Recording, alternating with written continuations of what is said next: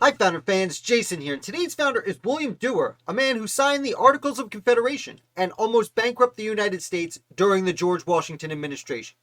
William Duer was born over in England, and as a young man, he signed up for the British Army. He traveled around the world, even went as far as India to perform his duties. But after his father passed away, he decided to take over his father's property, much of which was in the New World. So he sailed over and spent most of his time in the Caribbean, where most of his real land was, but he had some property in New York State, or colonial New York, I should say, and at the same time he was trading with future American founder Philip Schuyler. Eventually they traded enough, and Schuyler was able to convince Duer to move to New York and settle the land he owned, and buy more.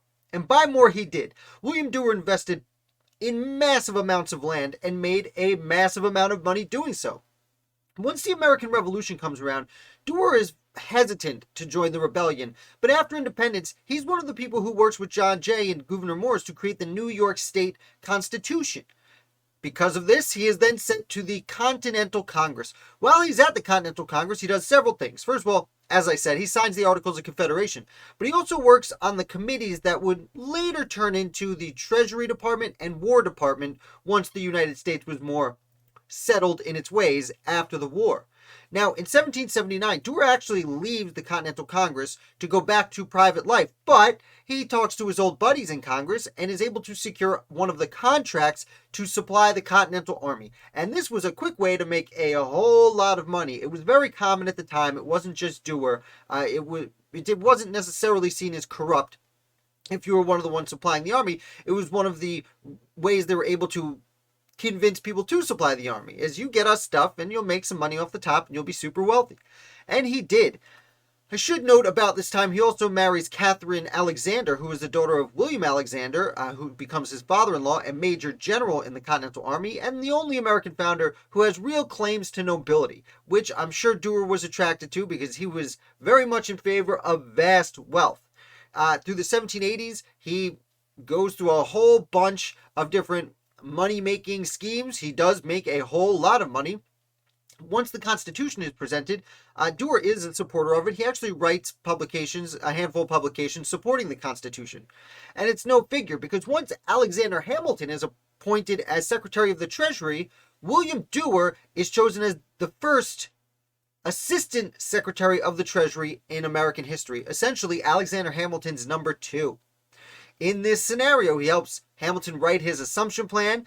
Duer also helped Hamilton kind of come up with the idea for the Bank of the United States. And this will become very important because at the time there was a Bank of New York, which Duer and Hamilton owned a small part of, but Duer wanted to make his own bank. Now, the United States, under the Bank of the United States that Duer helps Hamilton create, and this gets tricky. Economics gets tricky. I'm going to try and explain it as layman's terms as I can. They created the Bank of the United States. With the Bank of the United States, it sold both securities and bonds. Now, you needed to buy some securities if you wanted to pay off your bonds. The bonds were paid for partially in cash, but then over time in securities. So Duer and his friend Alexander Macomb got together and decided, we are going to game this system that, again, Duer helped create. And the idea was to buy up all of the securities they can when they were costing very low, because in 1791... the securities people were going after them. The price went up, and then people didn't want them anymore, and the price plummeted. And when it plummeted, Duer and Macomb tried to buy all the securities. That way, when people wanted to go and pay off for bonds, they would have had no choice but to go to Duer and Macomb. The hope was to destroy the Bank of New York and create their own bank. Now, this doesn't go very well, and unfortunately, it turns out that Duer had overinvested in his land speculation, as had Macomb, and they didn't have a lot of money to pay for these. But they bought on credit, and what they did is Duer would say, "Oh, you want someone to prove I'm good for it? Go check out Macomb." And Macomb would say, "Yeah, Duer's good for it." And then Macomb would send people to Duer, and Duer would say, yeah, Makeham's good for it. So they were essentially lying to everyone who was loaning them money because they thought they had a real winner here. But they overextended themselves, their land investments collapsed, and they couldn't pay anything. In March of 1792, all of a sudden, everyone realized Duer and Macomb didn't have any money, and the economy almost collapsed. It was called a panic. What we would call a depression today, they called a panic. It wasn't quite as bad as certain depressions we're accustomed to in modern times, and it was resolved because Alexander Hamilton used the Bank of the United States and worked with the Bank of New York that Duer was trying to destroy to have the government stimulate the economy and provide companies with good collateral, make sure that they continued loaning so that no collapse would happen. Interestingly enough, it was just a few weeks after this went down that Hamilton starts the stock exchange with the Bank of New York and several other banks at the same time.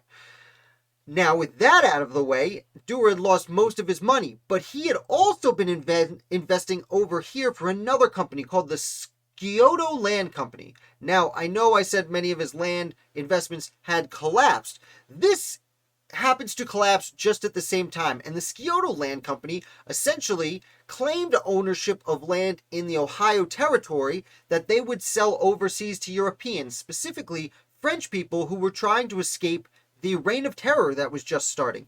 And they sold land to 500 people who showed up in the United States to learn, oh, Duer had never actually purchased this land. They were left stranded, and he officially was bankrupt. And in fact, now, side note, the French 500, as they're called, George Washington does step in and help them get somewhere to live because of how screwed they were by this guy. But Duer goes to debtor's prison, and he actually remains in debtor's prison for the remaining 7 years of his life, where he passes away. That is the story, in brief, of William Duer. I hope it didn't get too complicated with the finances. I just refreshed myself on the finances before making the video, because it's tough. The economics can be tough, but short story long, this guy helped Alexander Hamilton set up the Treasury Department, went to take advantage of it by screwing regular people, and when he went bankrupt because he didn't do it right, he almost sank the economy of the United States of America in its 3rd year of existence. William Duer.